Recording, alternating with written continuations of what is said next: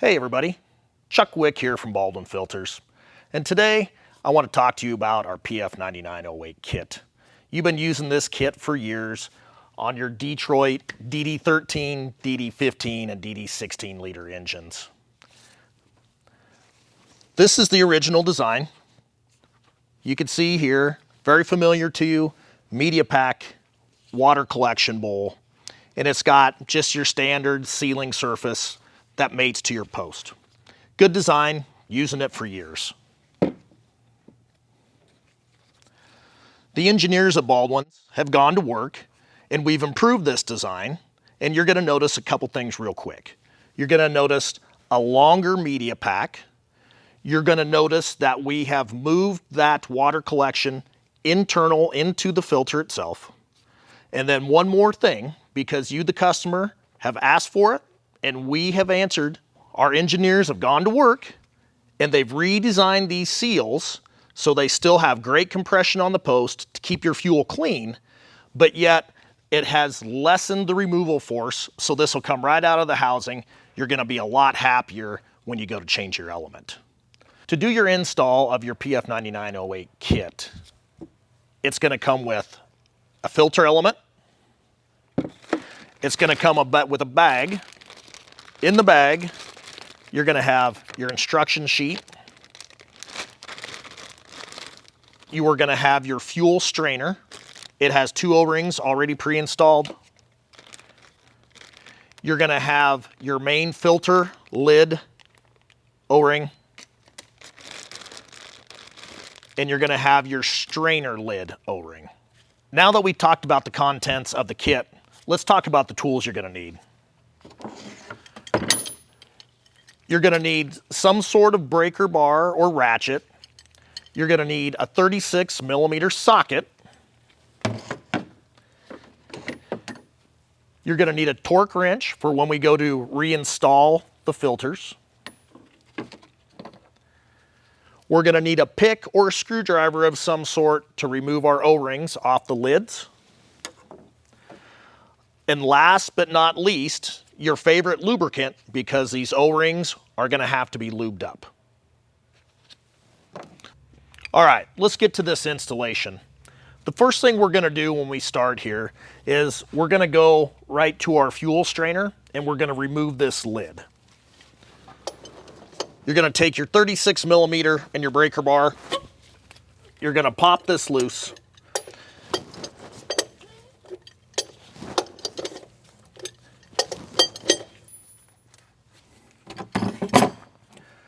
All right, we're gonna loosen this till the O-ring disengages. We're gonna lift it up slowly and let the fuel drain out of the strainer. And that's what it's gonna look like when it comes out. We're gonna pop this strainer out of the lid. We're gonna grab our pick and we're gonna get underneath this old O-ring and we're gonna pull it off. This is a great time to grab a rag, wipe everything clean on the inside and on the outside to try to keep all that contaminant out of there. Now, we're gonna take a tube of, I like, as a pro tip, Parker Super O Lube. We're gonna get it out and ready.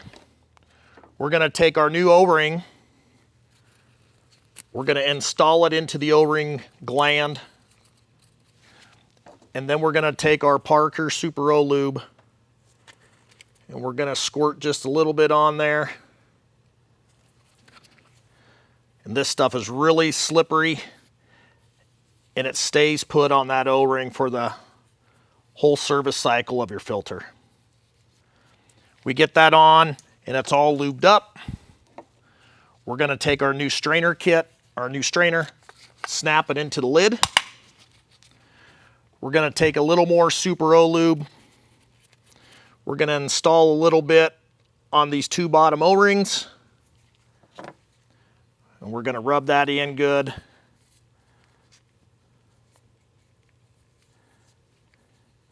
And there we go, a fresh change strainer. We're going to pop that back down into the housing.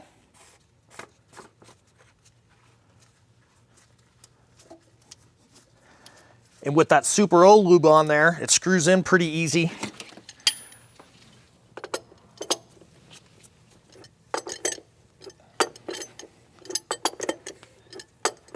I'm going to screw this down till it's snug, and then I'm going to take my torque wrench and I'm going to torque this lid to 55 Newton meters. Right there is snug.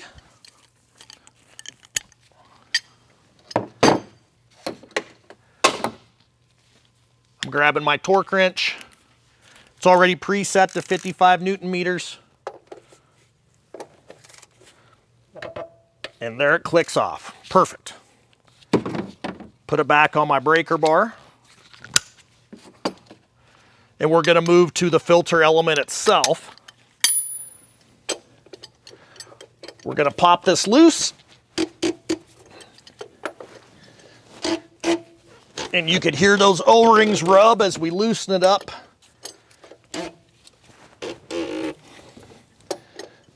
And that's why I really like the Parker Super O Lube, because it kind of helps fight that resistance when you go to come back off of the application. As I'm unscrewing this lid, the filter element should be disengaging from the drain post in the bottom of the housing.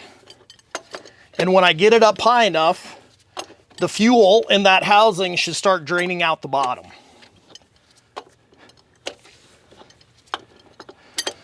Right there, my O-ring starts to break loose. We'll see if I can get it by hand now. There we go.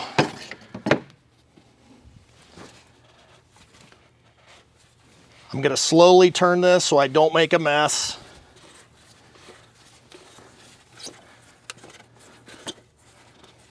And right there, I could feel my threads have disengaged, and I want to pull this up really slow.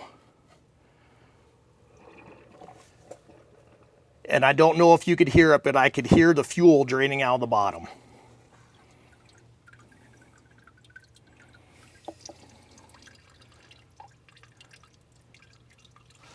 I'm going to grab my rag here. Kind of finish letting this drain out.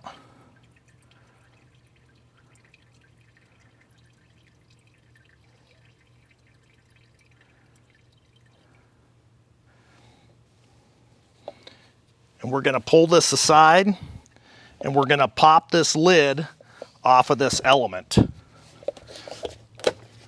And you can see it pops loose like that. I'm going to use my pick, and I'm going to remove this O-ring. I'm going to set it aside, and I wipe out the inside of the cap. It's nice and clean. So now we're going to grab our new O-ring that came in our kit. We're going to install it into the gland. Stretch it over. Get it placed.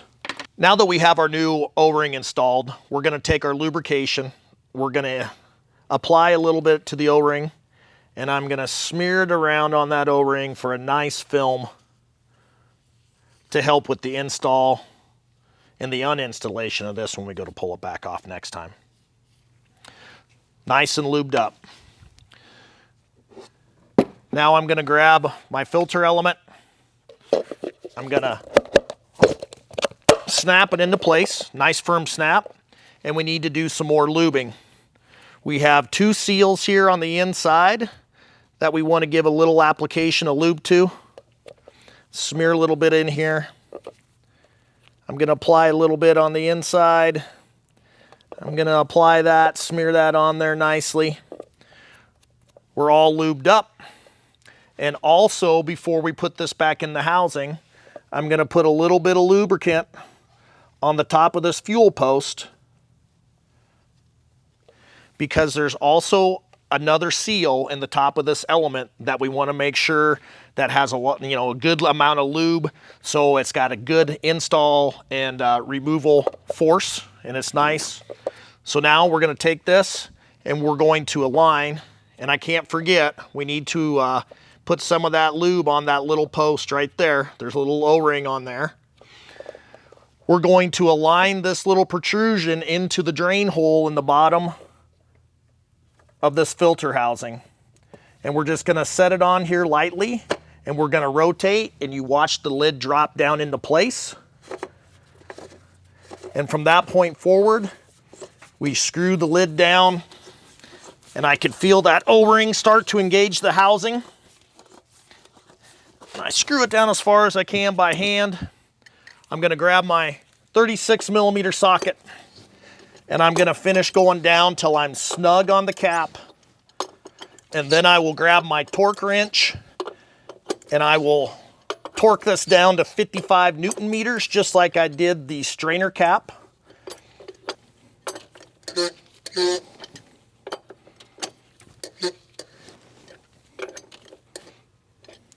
There, I'm snug. Once again,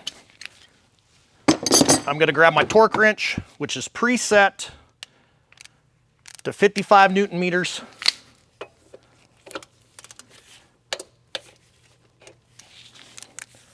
Nice and tight, we're torqued.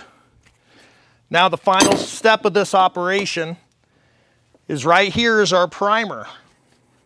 We have to loosen this primer pump up.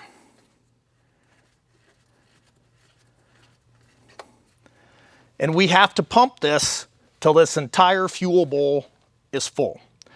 This could be problematic. This is the way you have to do it out in the field. If you're in the shop like I am, you could use a pre-fill cart. That works really handy to fill this up so you don't have to pump. But I could have to pump this up to 500 times. So I'm going to pump, and I'm going to pump, and I'm going to pump until I start to feel a little resistance.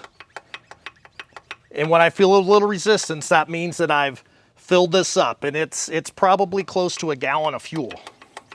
Now I'm starting to feel some resistance. So what that means is that the strainer bowl is getting full, the primary bowl here is getting full, and I think that we're just about ready to start this up.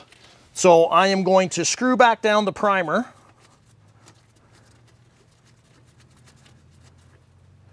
And I'm going to grab a rag and kind of clean up any diesel that may have dribbled out of the housing. Get that cleaned up. And now I'm going to jump up in the cab, and we're going to see if we could get this thing to start.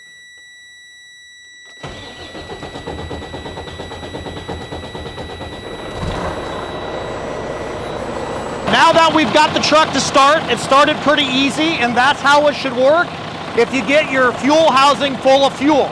It's kind of a pain, but it's well worth it. We're going to check for some leaks, and if we don't have any leaks, we'll call that a successful filter change of a PF9908 kit. Thanks for watching.